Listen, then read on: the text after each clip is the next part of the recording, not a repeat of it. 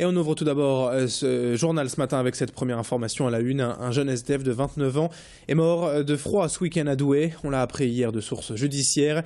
Ce sans-abri a été retrouvé inanimé samedi matin dans l'entrée du lycée et Châtelet en centre-ville. Il a d'abord été réanimé sur place avant de décéder un peu plus tard à l'hôpital. Et selon les premiers examens du corps, le SDF est donc bien mort de froid, d'hypothermie. Hier, on a également appris qu'au préalable, ce jeune homme avait refusé une place d'hébergement en urgence. Il s'agit donc du premier sans-abri tué par le froid et la précarité cet hiver dans la région.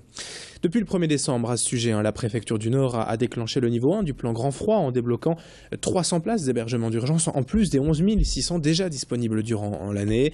En outre, le SAMU social a lui aussi intensifié ses maraudes tout au long de la journée pour aller à la rencontre de ceux qui vivent dans la rue, leur offrir un peu de réconfort, un café ou une soupe chaude. Le 115 est aujourd'hui assailli d'appels tous les jours et nos équipes ont suivi hier l'une de ces maraudes dans l'agglomération. Idil Gunaï a pu rencontrer Audrey et Stéphane, un couple vivant dans un camp de fortune à Mont-Saint-Barreul. Quelques couvertures, une tente éventrée, un seau pour les besoins naturels. Leurs conditions de vie sont très rudes et tous apprécient évidemment la présence et l'attention des bénévoles du SAMU social à leur égard. L'un de leurs seuls répits d'ailleurs selon eux dans une existence guidée avant tout par la survie. Écoutez leur témoignage hier au micro d'Idil Gunaï. Les besoins, c'est les besoins sauvages. Lorsqu'on peut faire les besoins, pour se laver, on va à la beige. Quand on peut. Le survie, il n'y en a plus, parce que de toute façon la toile de tente elle est morte, l'humidité. Là, on est plein d'affaires là. On a tout mettre à la poubelle parce que l'humidité et tout était là. On n'a plus rien quoi. On n'a plus rien. Quand il fait un peu trop froid, on appelle SAMU social. Et s'ils n'étaient pas là, il faudrait les inventer. Voilà, et je trouve qu'ils font beaucoup de choses pour nous. C'est beaucoup, c'est beaucoup. Voilà. Autre information à la une de l'actualité aujourd'hui et cette semaine en France, dans la région, la grève des médecins qui se poursuit. L'association SOS Médecins a également rejoint le mouvement hier, on vous en a déjà parlé. Mais finalement, quelles sont les répercussions concrètes pour les patients, pour nous tous qui pourrions tomber malades? De nombreux cabinets étaient fermés hier et le seront encore aujourd'hui. Alors que faire en cas d'urgence? Vers qui se tourner en ce moment pour être soigné? Il ne reste guère que les hôpitaux et les services d'urgence justement. Écoutez ainsi les explications plus précises de ce responsable de la régulation du 15, le numéro du SAMU, joint hier par téléphone. Ce sont des appels qui arrivent sur le centre 15, sur le numéro 15, sur le SAMU centre 15 du Nord.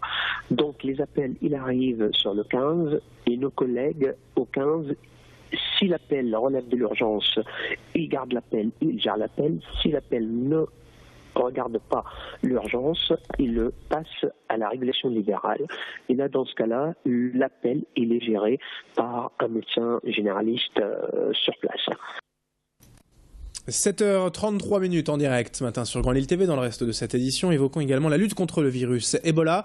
2014 aura été sans nul doute marqué par l'épidémie en Afrique de l'Ouest. Près de 20 000 cas recensés, plus de 7 000 morts déjà. Aujourd'hui, certes, la contagion est ralentie, mais le virus n'est toujours pas sous contrôle. Dans la région, donc, la mobilisation se poursuit pour aider le personnel médical sur place.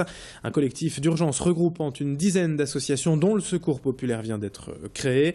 Son objectif, c'est de sensibiliser et d'informer les habitants de la métropole lilloise, de collecter des médicaments, du matériel médical. Et ce collectif espère ainsi pouvoir envoyer ses premiers colis sur place d'ici février ou mars prochain. Un plan d'action détaillé ici même par Armand en noix de soc au micro de Thibaut Paqui.